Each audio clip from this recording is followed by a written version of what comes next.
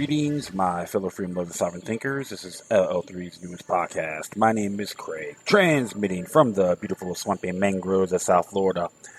And today's date, Saturday, April 29th, 2017. Yes, that was, people are talking about the 25th anniversary of the horrific event that happened in Los Angeles with the late Rodney King case.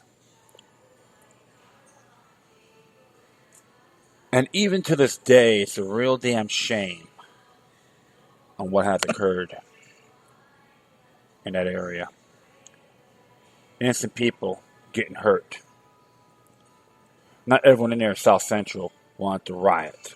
So you try to use this whole black and white thing. People should have been unified and went down to that police station and say, Daryl Gates, get you and your scumbag colleagues out of here. Instead of him just resigning and all that. Because if you study the history of this man, Police Chief Daryl Gates, he's the one who started the SWAT program. Even the TV show, SWAT, in the ABC, they try to make a big thing about how great it is. Now look what happened. Yep, he was one of the masterminds on that program. He should have had his ass tossed out a long time ago. But you know how folks are. Oh, they'll protect us, they'll serve us, but they don't really know the consequences as well. Even the late William Cooper brought that to the attention. He goes, he is very annoyed. People should have united as one instead of fighting with each other. Of course, you have your provocateurs back then. You have your gangs who don't give a damn about anybody. They have that criminal intent. Make excuses. A lot of people suffered. Doesn't matter what you look like in those areas. And even the lamestream news and even the talk shows, they all exploit the crap out of it on Rodney King. He's now forever free. But when you watch the video from the very beginning, he made a mistake by lunging at a police officer.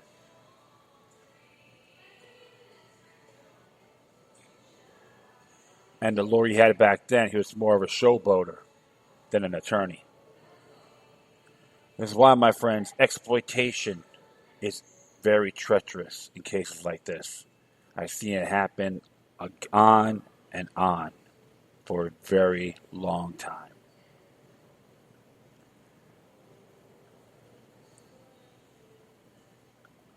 Because something like that happened in 1978-79 with the insurance man named Arthur McDuffie. He was being chased by the police.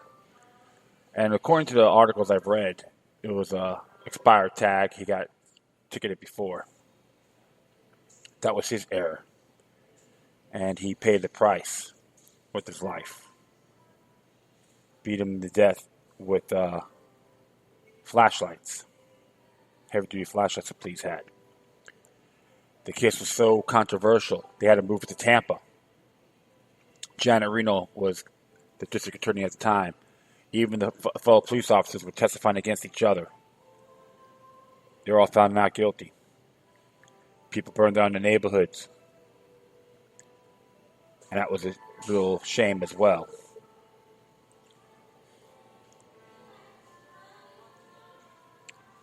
One thing about history, my friends, the past is today's greatest teacher. Now with technology, we can counter it more. Police brutality and corruption and so forth.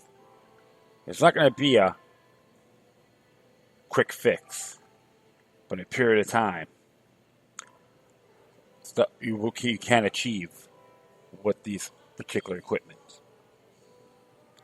And even with create your own stations and put it out there, share it with others, circulate it, network with people in that realm. Just an example, when people get divided, we get conquered. And now with the 21st century, last millennium, they're trying to do it again with the race wars, these little political party movements. A lot more higher paid anyway, not even organic. I don't have to say any names because I said it in the past. Nothing new at all. But doesn't mean you can do something about it. You can. And it's legit. It's called freedom of the press. Freedom of speech. That's in our Bill of Rights. They can make all these stupid-ass laws they want in the United States of America and in your state and local level. You can still give them the middle finger. I say no. It doesn't supersede the law of the land or, in your state constitutions, the law of the state, the supreme law of the state. It doesn't.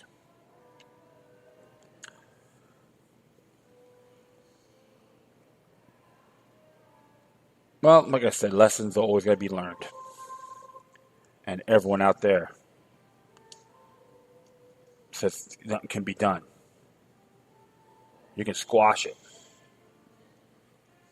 with this as individuals. Then they can spread, with more positive impact. All right. Enough of that. I had to get that off my chest. Thanks for dealing with my rant. Right now, I am located, transmitting at CJ's Java Lounge at the Yacht Club, 400 Southwest 1st Avenue, Suite 1, to be exact, in the New Rivers of Fort Lauderdale, Florida. You can give them a call at 754-301-5852. And do have a Facebook page. Just type in CJ's Java Lounge, little mom and pop facility. Yeah, you need some business, man. If you're in the Fort Lauderdale area, come on down, tell them, look, the third sent you. Enough of the big corporate chains. They do have Wi-Fi, pet-friendly. Bring your dog, cat, iguana, or your snake. Doesn't matter one bit, as long as you respect your other patrons and the employees here. Okay, my friends? All right. Oh, this caught my eye. And I say, what the heck? I want to make it happen. Got this from NewsBuds today. It's like Action's exclusive. And it's entitled Clinton, Rockefeller, and the New Green Revolution. Are native resources fueling the global empire? This is by Daniel Begley. And it reads here, a NewsBuds investigation into U.S. and international plans to advance a global transition from fossil fuels to renewable energy has uncovered a joint initiative of the Clinton Foundation, Rockefeller, philanthropy advisors, and other government and non-governmental organizations to exploit Native American tribal land and resources in the service of multinational corporate interests in many respects. This initiative parallels the Green Revolution of the 1960s as earlier global philanthropic initiative spearheaded by the Rockefellers. How sweet it is, right? In the 1960s, farming throughout the developing world was undergoing an industrial revolution of sorts, which has come to become known as the Green Revolution. Throughout the 1950s and the lead-up to this Green Revolution, former Assistant Secretary of State Dean Rusk, then the president of the Rockefeller Foundation from 1952 to 1961. Woo! That's during Eisenhower's time. Shifted the foundation's focus to promoting agricultural productivity and food security in developing nations. The aftermath of World War II, which left a global climate of economic and political uncertainty, the foundation under Rusk also actively supported U.S. foreign policy, promoting sustainable agriculture and ensuring food security in strategically significant third world countries Rusk believed could stem the spread of communism. The Rockefeller Foundation, a partnership with the Department of State's the United States Agency for International Development, and other philanthropic groups established a network of agricultural research centers in several countries. To justify these actions, the foundation marketed the program as being urgently needed to stave off the specter of imminent catastrophic famine and drought, which it claimed was an inevitable consequence of unsustainable global population growth. through research and innovation, synthetic fertilizers, industrial farming techniques, and selective breeding. The program exponentially increased crops yield in the target region. It was, however, not without cost. While the foundation claimed to be helping the poor, its actions tended instead to further subjugate them. While wealthy landowners and the oil industry made a killing doing what they do best, the industrial capitalist Rockefellers structured their program for maximum profit, not for meeting the nutritional or cultural needs of the native people. In fact, the farmers initially rejected the new high-cost, high-yield seeds dependent on fertilizers synthesized from petroleum and industrial farming technology. They capitulated, however, when war shortages and government fixed high wheat prices made it necessary. The program's initial success was soon overshadowed by the resulting rapid population growth that combined with the resulting decreased crop biodiversity and over-farming stripped the soil of nutrients needing ever more land and resources, from which the Rockefellers profited greatly. Perhaps this is why George Harrer, the foundation president in the 1960s, called the conquest of hunger.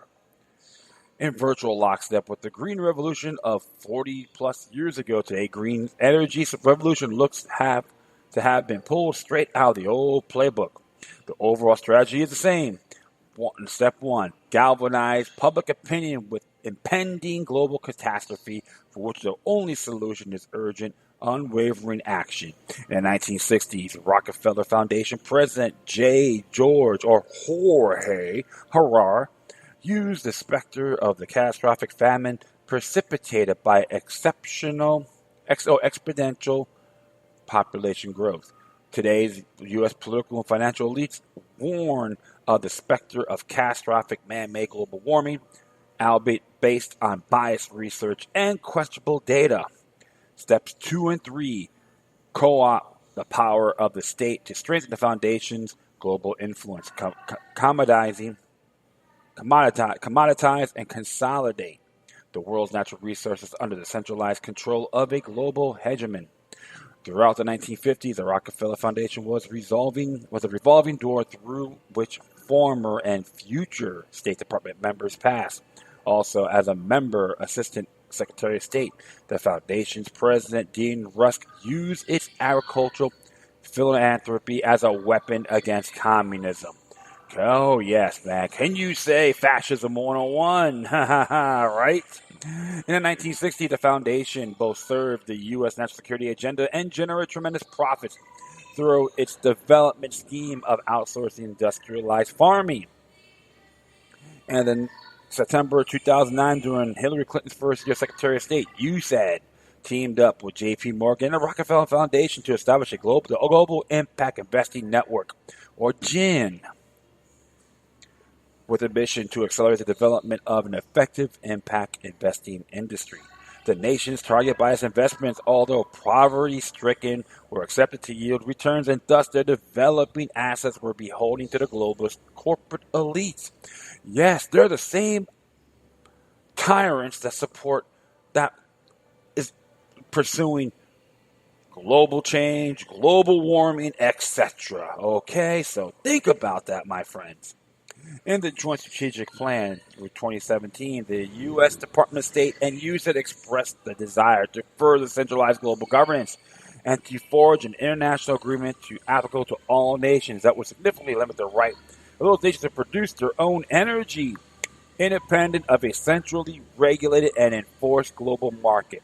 The U.S. and USAID, in their own words, intend to lead the global fight against climate change with aggressive, smart, and effective action, using diplomatic tools to ensure that other nations comply with their international agreements. Can we say New World Order 101? Hallelujah. A micronism of this plan currently underway at the national level is the Clinton Global Initiative, CGI, Joint Wind Power Development Project on Tribal Lands. Through CGI America, the 6 Sioux tribes combined their sources, accepting investments from the Rockefeller Foundation Yes, there are sellouts in the Native American community. The Ford Foundation and other powerful governmental and non-governmental entities and philanthropies established the Oseti Sakowin Power Authority, or OSPA, an industrial wind farm project on tribal land. While the authority will technically own the wind assets, the power they generate will be shipped off through the United States, throughout the United States, while a vast majority of profits will go to pay off the massive debt the OSPA accrued from the very corporate giants that have pillaged their sacred land and resources for centuries, with none other than the Rockefeller Foundation running 350 orgs campaign against fossil fuel. The enemy has co-opted the movement and will profit handsomely. Well, well, well. There are other notes in here as well. You can look up, especially Rockefeller Foundation as well. Oh, yes, a lot of links on here, folks. You can read this yourselves. Hey, my friends. You know how that goes. It's nothing new at all. Just the same old song and dance. Let's just use people for our own well-being. It's a real shame because they try to sell you a product, but you're always going to have those infiltrators, plants, provocateurs. There's nothing new on what's going on. But so you guys go out there with the Green Revolution rallies, the new Green Revolution rallies, you better be aware who you're going to be surrounded by, who you're going to be listening to. You got some paid rhetoricians out there who's going to give you the Jim Jones treatment.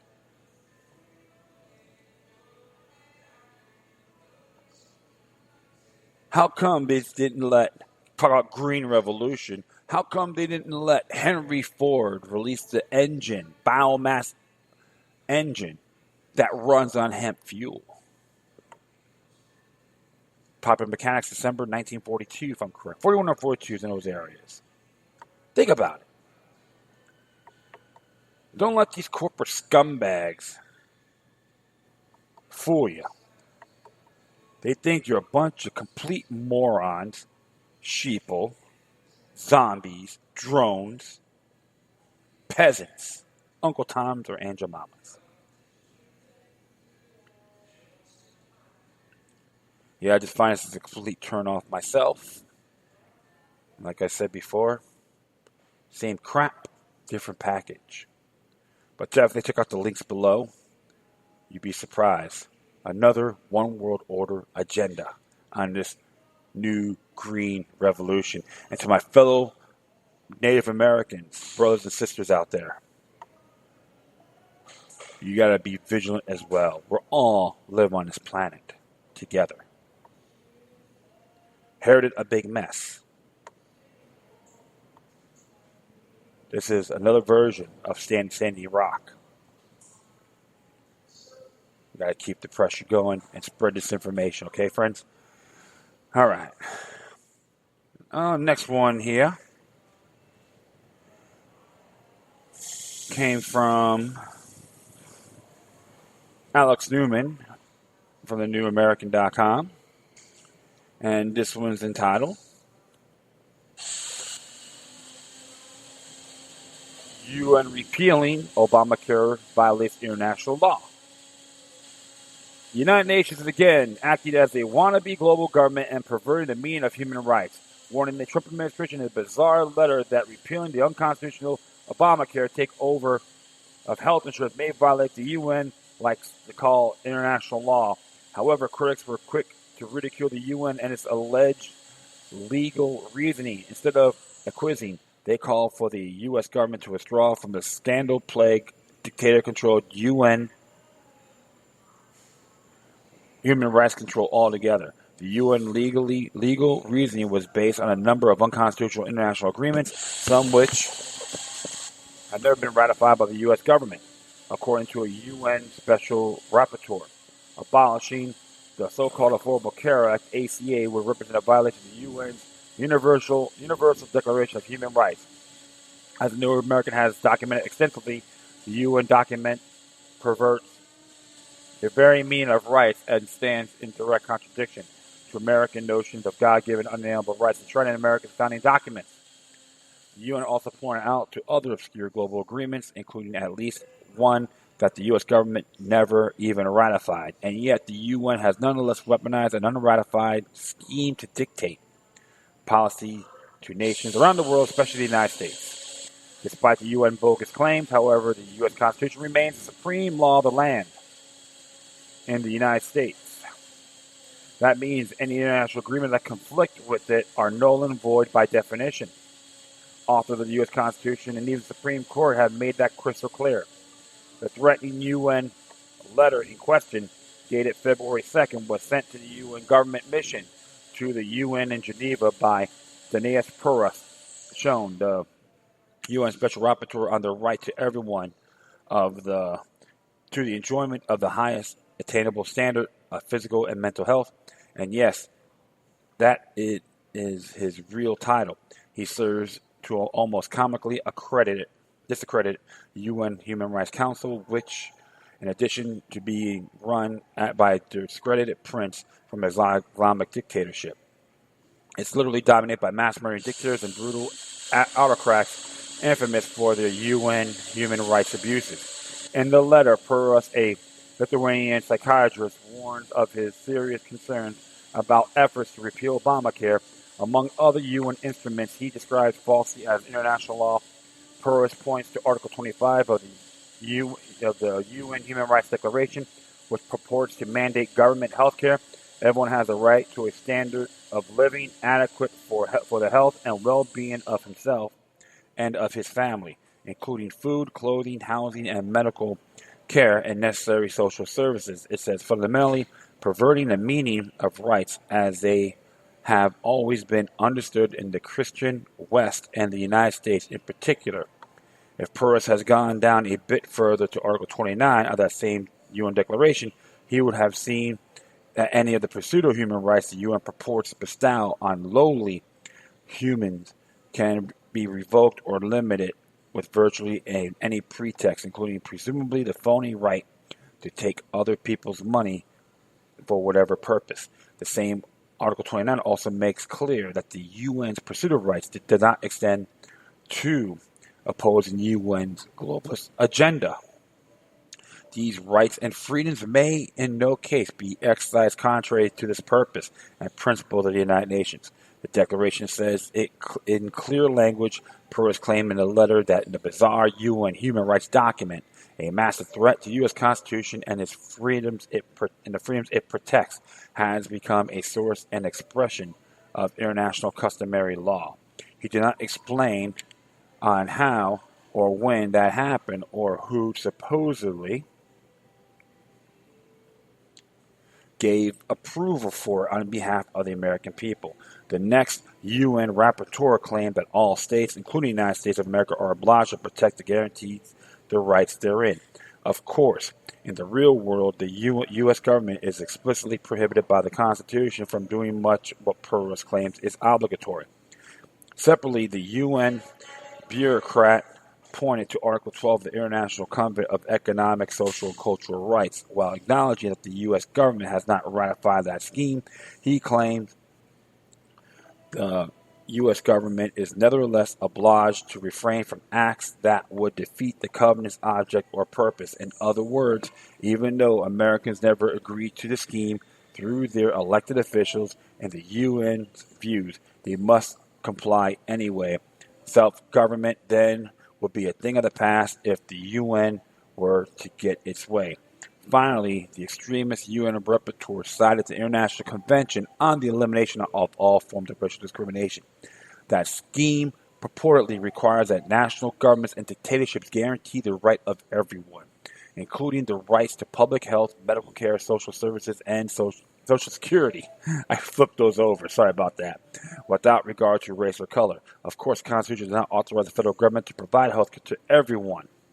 So, without a constitutional amendment delegating such authority to Washington, D.C., that power is reserved to the states or the people. A la 10th Amendment, the U.S. government is legally prohibited from expanding its powers to using treaties. its powers using treaties. Of course, despite the UN's latest false claims purporting to decree international laws, the UN Charter, even assuming that there are a legitimate document, specifically prohibited UN interference in domestic issues. Nothing contained in the present charter shall authorize the United Nations to intervene in matters which are essentially within the domestic jurisdiction of any state.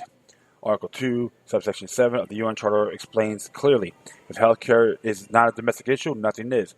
And yet, PERS claim not only the authority to meddle, but the duty to do so. It is my responsibility under the mandates provided me by the Human Rights Council to seek to clarify all cases brought to my attention.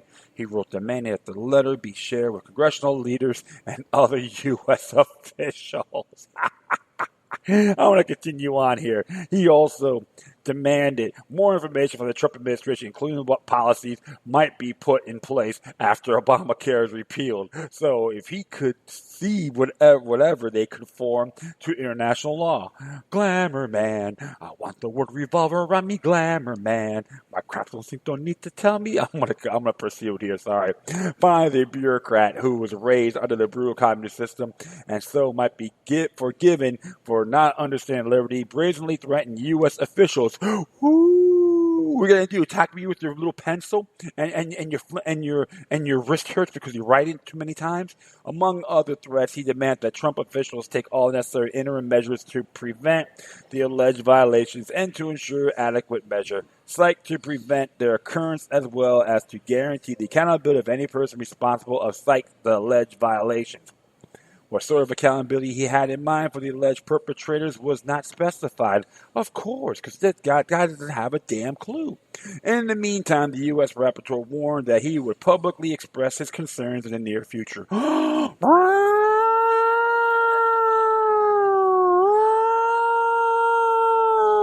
not being sarcastic, it's okay. The Trump administration's response will be presented to the dictator-controlled UN Human Rights Council for its consideration, Perez concluded. How manly he looks, right? How manly he is. The council is made up of 47 governments, including many of the savage communist and Islamist dictatorships that have collectively murdered tens of millions of people. UN High Commissioner for Human Rights, Zeid Ra'ad al-Hussein, an Islamic prince who oversees the human rights apparatus, has been a long lightning rod for criticism and ridicule as well. Lastly, for example, he claimed that international law supposedly required that robust gun control be imposed on the United States. Go bathe in some camel urine, will ya? Apparently unaware the U.S. Constitution specifically prohibits that. More recently, during the U.S. election, Hussein viciously attacked then candidate Donald Trump, warning that he was a threat to the world and equating his tactics with those of ISIS. Oh, so you're a bend-over Bob to New World Order 2, Mr. Hussein? Good for you. And that's just the start. Hussein also played a key role in protecting child rape UN peace troops while persecuting the whistleblowers such as Andrew Compass, who tried to stop it and to protect the children. Yep, we know who you are. And in February, it emerged that Hussein and other UNCHR bureaucrats had persecuted whistleblowers who exposed UNHCR officials identifying dissidents to the Chinese Communist dictatorship, also a member of the UN Human Rights Council, despite murders of more human beings than any government in human history. Several of those dissidents were kidnapped and killed following the leaks, and Hussein punished the whistleblower instead. I show my true manhood. Ho, ho, ho, ho, ho. This guy's a wuss. You know, look at these guys. Get this guy a P9 microphone, okay? Make sure it's made out of. Make sure it can't come from a pig. Good grief. All right, let me just see here.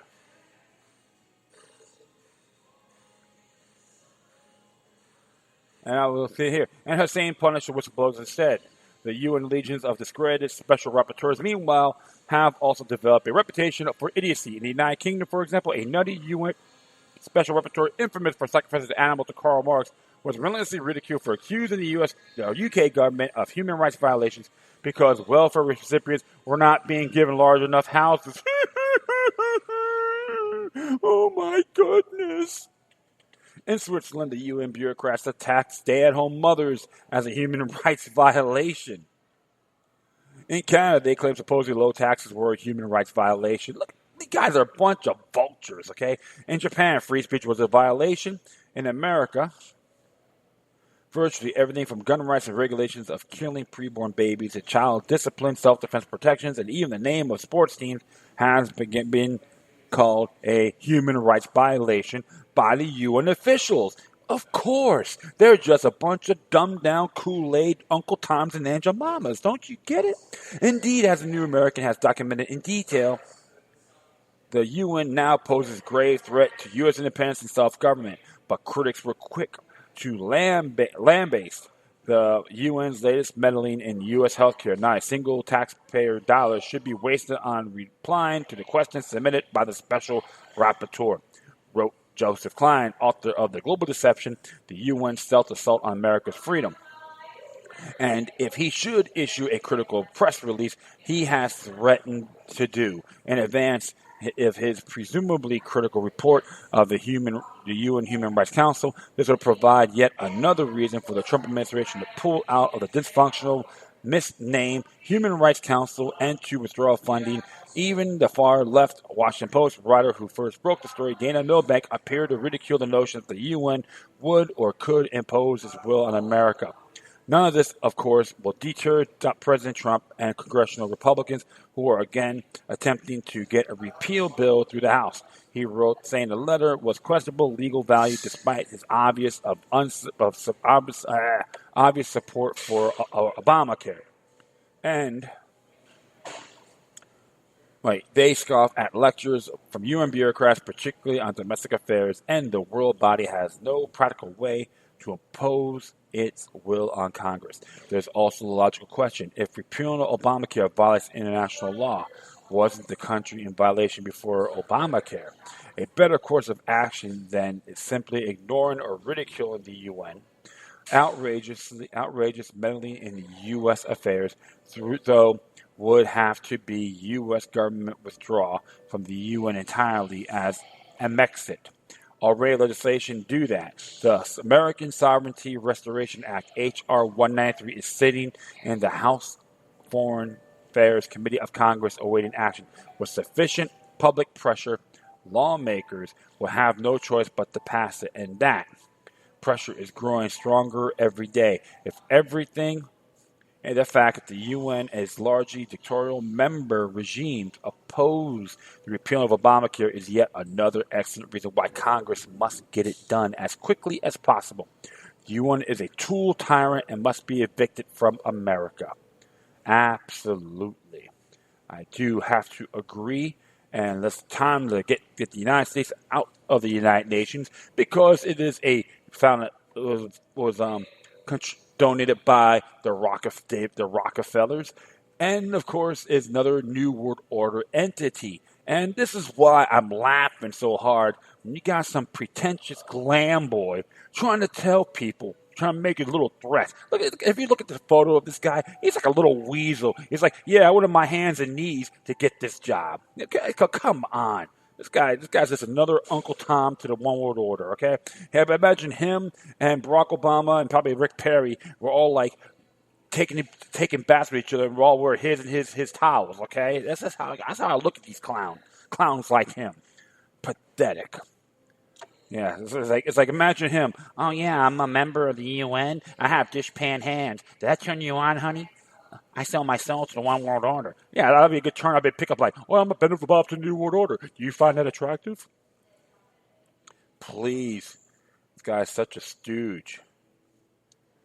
Danius Purus, you know? It's like a prissy boy here. Look, my friends, the UN is just another One World Order entity, and I know I'm digressing. Forgive me. They need to go. And you know, if you notice too, in my past episodes, I did talk about UN peacekeeping troops and so forth, how they rape and pillage folks around other parts of the country, including Haiti, Rwanda, Sudan, and all that. You can look it up yourselves, man. This is nothing more than a blasphemous organization that shows pure hypocrisy, and it's government. Go figure. Lovey-dovey, never be lovey-dovey towards government. Because once again, what does it mean in Latin? Control of the mind. Cool, I am back. So, the next one over. It's about Donald Trump. Kurt Nemo did this yesterday. Caught my eye. It's going to be a couple from Another Day in the Empire. And this one here says, Trump, the Nationalist Globalist, by Kurt Nemo. It is time for the alt-right, Matt Drudge, Breitbart, Alex Jones, and the rest who put Donald Trump in the White House to answer a simple question.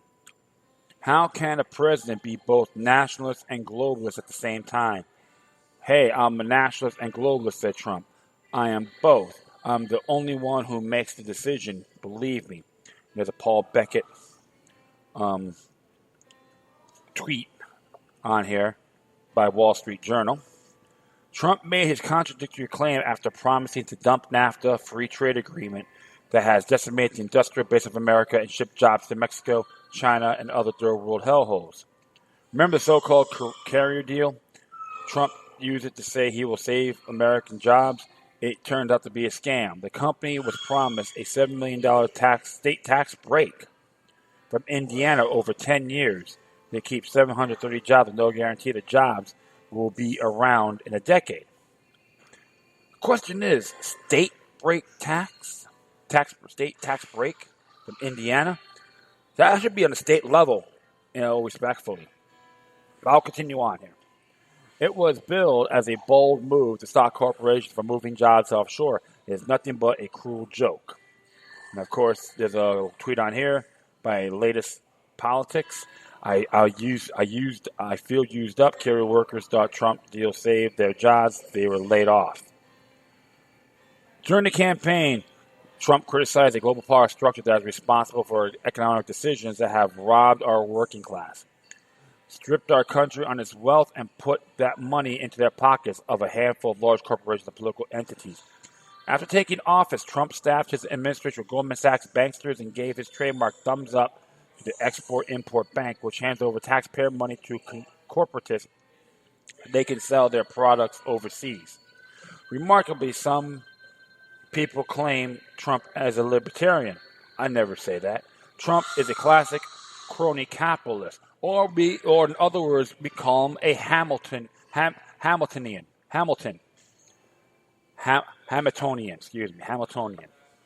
That's the word, Hamiltonian.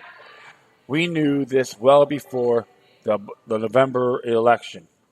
He used the state and local governments in New York and Connecticut to get preferential treatments for his business. He even tried to steal land from a widow under the guise of eminent domain, which I remember reading about that too. Trump wanted the state of New York to prevent the construction of a casino because it will compete with his casino interest. Trump obviously agrees with John D. Rockefeller, who proclaimed competition is a sin. And there's a link on here too, on the tweet. You see these tweets from Zero Hedge. All right, you can check it out yourselves. It says Trump changed his mind on Export-Import Bank. So I'll continue on here. Some of us saw this coming. It was obvious from the start. The former Democrat and golf buddy of Bill Clinton said whatever came to mind in order to get elected. Like all sociopaths and narcissists, he's a pathological liar. And the nativity of those who said he's a champion of the American worker and the little guy is nothing short of astounding. Trump insisted he's a non-interventionist, and yet, after taking office, he bombed Iraq and Yemen, killing hundreds. It was obvious he would do this. He said during the campaign he would steal Iraq and Syria's oil and bomb the shit out of it, out of the Islamic State. He advocated torture and said the families of suspected terrorists should be killed. Donald Trump is a liar, but then this normal behavior for the political class. They not only lie to us, and we accept it with a little complaint. They also engage in psychopathic behavior under the guise of Make America Great Again. Interesting synopsis there. And this is why I always, like I tell folks, you have to see things a lot bigger than what it is.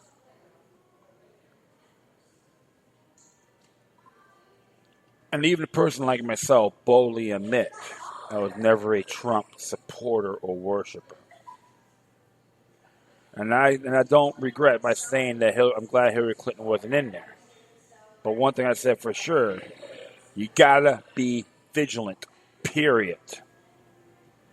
None of these political bobbleheads are lords and saviors. It's been going on. It's like the bread and circuses, okay? Political bread and circuses distracting us, and look at these people as please, like underdog. Watch it. Go on YouTube, type in underdog, okay? And you can. This is what the political campaign's all about. Be Sweet Pie Purebred and her cohorts go, underdog, save me! I can't even fight for myself. When riffraff comes in, their form of self-defense, put their hands up. So, one thing for sure, my friends, you gotta do, that's why I tell people, make things happen on a local and state level. Don't rely on Washington, D.C., including President Trump. And all these people could be patriots. I'm a patriot. I will worship Donald Trump. They'll have to carry their Trump flags with them. Yeah, I was very critical about that. Because for free speech, that's fine. But you gotta look at the bigger picture. And I know this is going to be almost the first 100 days. All right? But you got to put people like everyone and like them in check. Here's the thing, my friends. He needs us more than we need them. And that's the corporate tax. When they break the 15%, it sounds real good. The face value is real good, but you have to look at the fine print. If the fine print is meritable, yeah, I would support it. But everyone believes, got to tax. That's theft. So, is he playing devil's advocate? Could be. Anything is possible. But I still call him a patsy? Of course. Just like the past presidents as well. Okay, well, next one here came out a couple days ago. And it's on Antifa. And Kurt Nemo did this one as well. It's Antifa and the police state. And in a tweet posted on Wednesday, I compare Antifa to the Red Brigades. And you can see the link on it from The Guardian. And it's interesting about Antifa, similar to the Red Brigades. They were perpetrated by intelligence services too. Operation Gladio. And as it reads here, not simply for the pursuit of Marxism, but because it appears the group is a classic FBI operation right out of the pages of the COINTELPRO playbook. It was 1999. It was revealed that the Red Brigades were infiltrated by Italian intelligence and operatives who were the masterminds behind the murder of former Prime Minister Aldo Moro in 1978. Alberto Franceschini, a prison former member of the terrorist group, told El Espresso news magazine's intelligence agents, Italian intelligence used the Red Brigade to block Moro's attempt to bring the Communist Party into government of national unity. This is an example of Operation Gladio and the strategy of tension in action. We know the CIA, MI6, NATO, and the Italian intelligence were responsible for Gladio operations in Italy. This was revealed in 1984, an investigation by Italian judge Felice Kazin after he reopened the case of car bomb in Patino in 1972. Kazan discovered the attack was the work of the military secret service, Servizio Informazioni Difesa, in conjunction with Ordine Nuovo, a fascist group. The attack was blamed on the Red Brigade. Italy was the first target. At the inception of the CIA in 1947, the NSC 10-2 directive of 1948 allowed the CIA to conduct covert actions anywhere in the world. During the trial of Vicino Vinci Guerra, it was learned that instead of a stay-behind army to resist a Soviet invasion, Gladio was used primarily to conduct false flag terror events to be blamed on leftists and communists. Vinci Guerra said the idea was to stabilize, and move the people toward accepting a repressive police state. The FBI's COINTELPRO rely on intimidation, harassment, discrediting, snitch-jacketing, and infiltration of targeted political groups in the United States. Agent provocateurs exploited ideological divisions within target groups, promoted enmity with other groups, and repeatedly urged and initiate violent acts, including forceful disruptions of meetings and demonstrations, attacks on police, and bombings. The FBI followed the advice on Tsarist Police Direct T.C. Zubotov, we shall provoke you to acts of terror and then crush you. CIA also did do this with the Operation Chaos, which directly violated the charter for what it is worth. In 1968, the CIA various domestic programs were consolidated and expanded under the name Operation Chaos, writes Mark Zepizor. When Richard Nixon became president the following year, his administration drafted the Houston Plan, which called for a greater operation against subversive, including wiretapping, break-ins, mail opening, no-knock searches, and selective assassinations. Sounds familiar, huh? Bureaucratic infighting tabled the plan, but much of it was implemented in the former not only by the CIA, but only the FBI and Secret Service. As we know, the FBI is engaged in creating terror plans and using them to frame patsies, amounting to the form of preemptory prosecution where vulnerable individuals are targeted and manipulated not only for any criminal acts as they have committed, but rather for their bad political views they express, according to Glenn Greenwald. In the state's best interest to stir up trouble, the so-called alt-right and its opponents on the left, especially violent pro-groups on its periphery, as the violence escalates, the state will move to further enable law enforcement to go after nonviolent and legitimate protesters and provide rationalization for further expansion of its high-tech surveillance apparatus.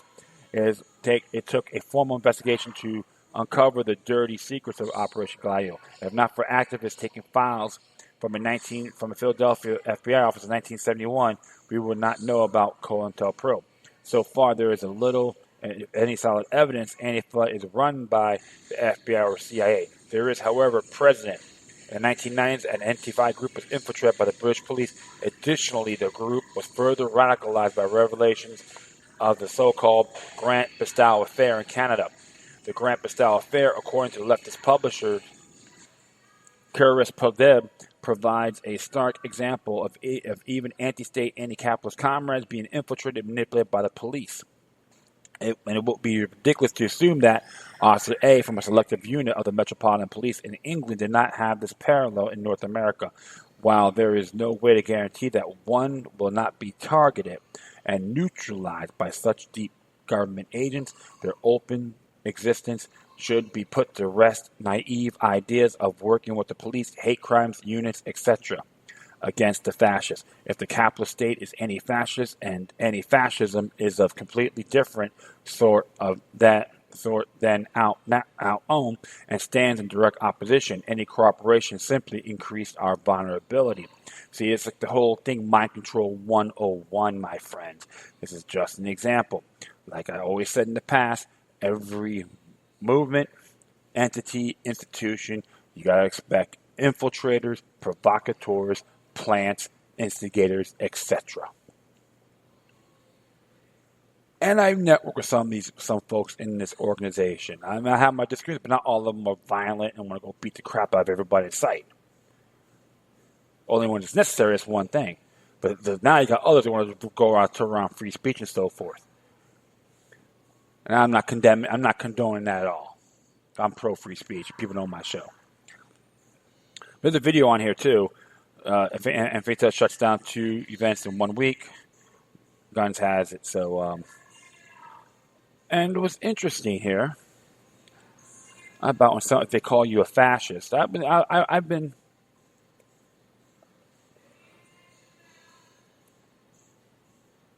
listening, to the folks and so forth.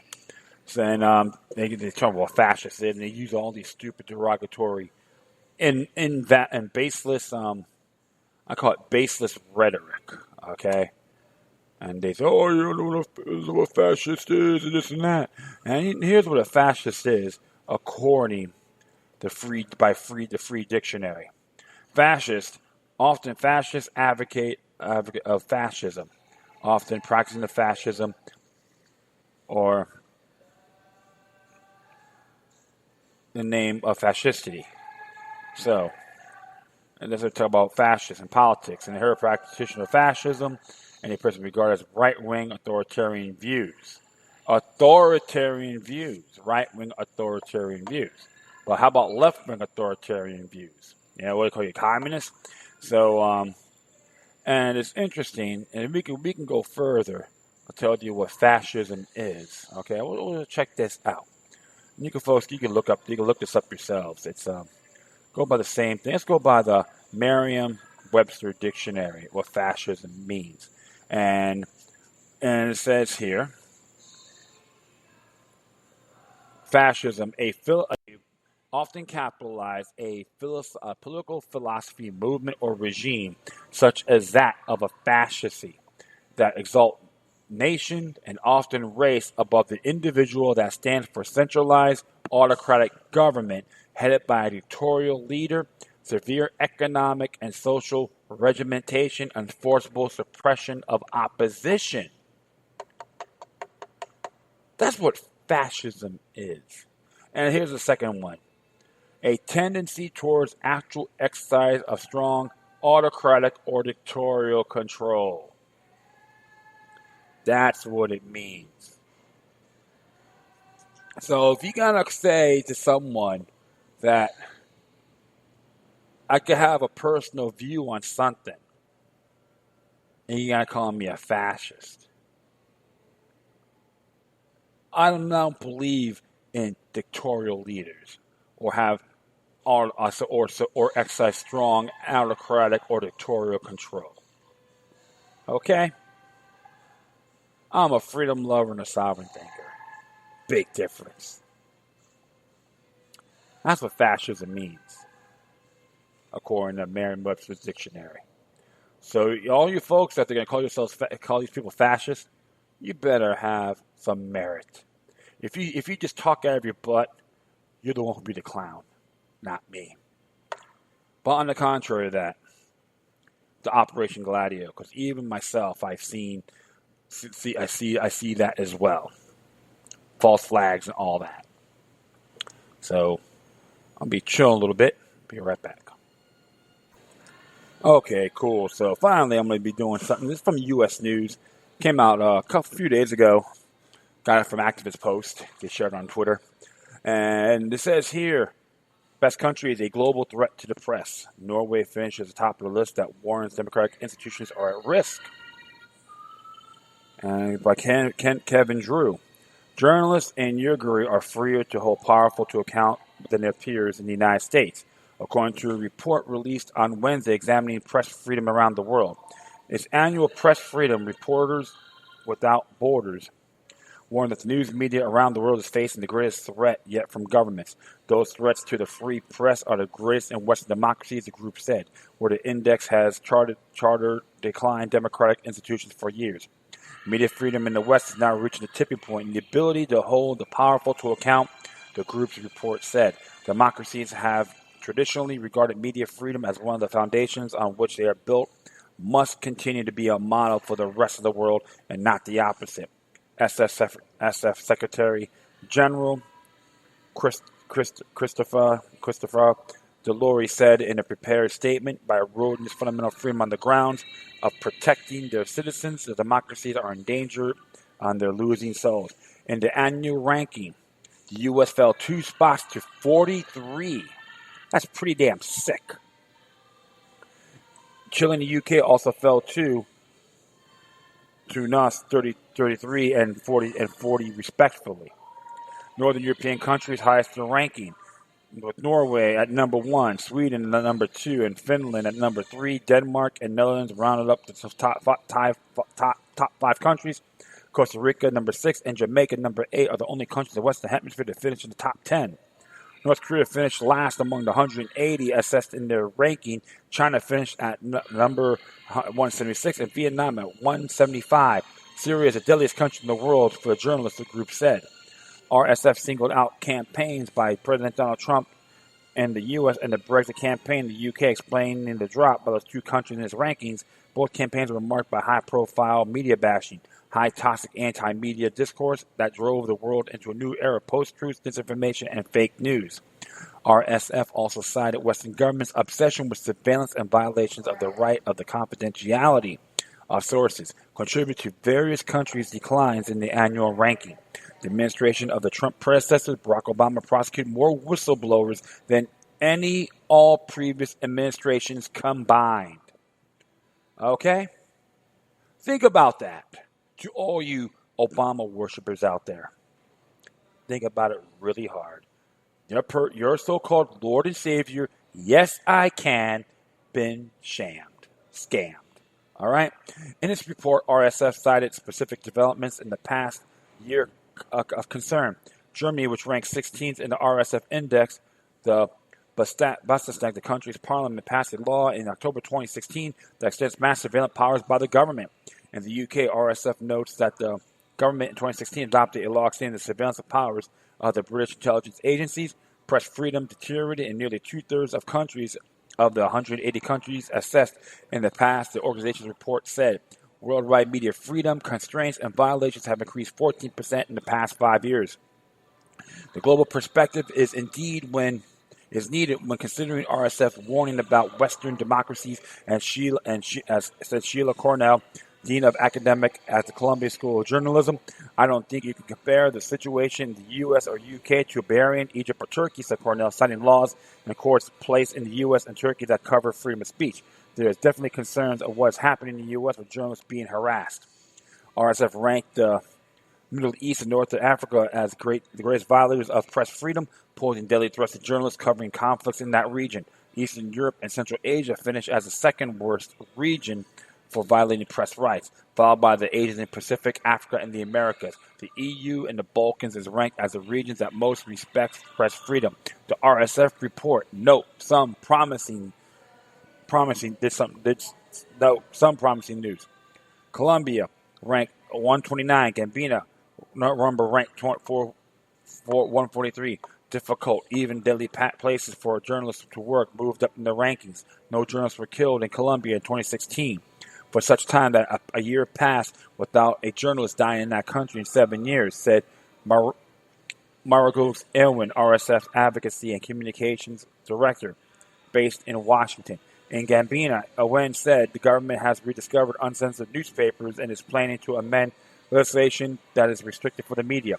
RSF, which stands for Reporters Sans Frontières, is an international nonprofit organization founded in 1985 in France. The organization's ranking of countries by press freedom is here, so you can look it up yourself.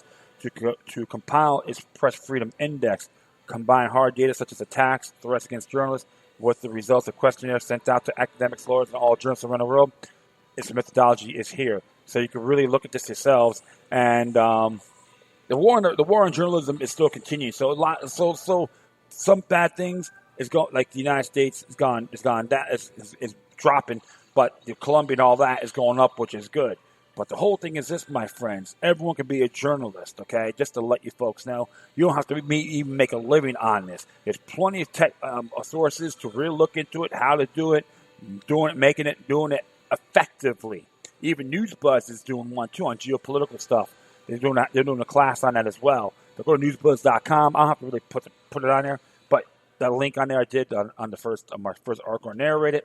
You can look in there, and it is essential, my friends. We got to be the watchdogs, okay, of tyranny. That's what freedom of press is about. That's what the U.S. First Amendment, the First Amendment of the United States Constitution is about. The Bill of Rights, about freedom of the press. So we got to keep it organic and real, and don't be afraid of reprisal, because one thing for sure, this is part of the war on terror, going after journalists and activists and free thinkers. And that is it. I'd like to thank everyone for listening. Plus, feel free to download and share this throughout your social media networks. If you have any questions, comments, or going to send me something that's interesting and may want to check out, whatever you do, please address your correspondences with decorum. You can hit me on Facebook, Twitter, Google+, Spreaker, iHeartRadio, Tumblr, YouTube, Freedoms Network, Scene.life, Minds.com, or you can donate money to with me on Patreon.com, which you can send your comments there as well. In addition, you can email me at LokiLuck3, which is LokiLuck3 altogether, at gmail.com, or you can, if you're encrypted folks, LokiLuck numbers 03 altogether at protonmail.com. It looks like protesters have arrived at the White House. I say, who the hell cares? Just another charade, I would say, as far as I'm concerned, nothing really organic. But that's how it goes. Once again, my friends, thank you for your time. Plus, always remember that demoniac resistance is healthy for the soul and can liberate humanity. Until next time, take care of yourselves. Keep on spreading the love. And may your guardian spirits be with you.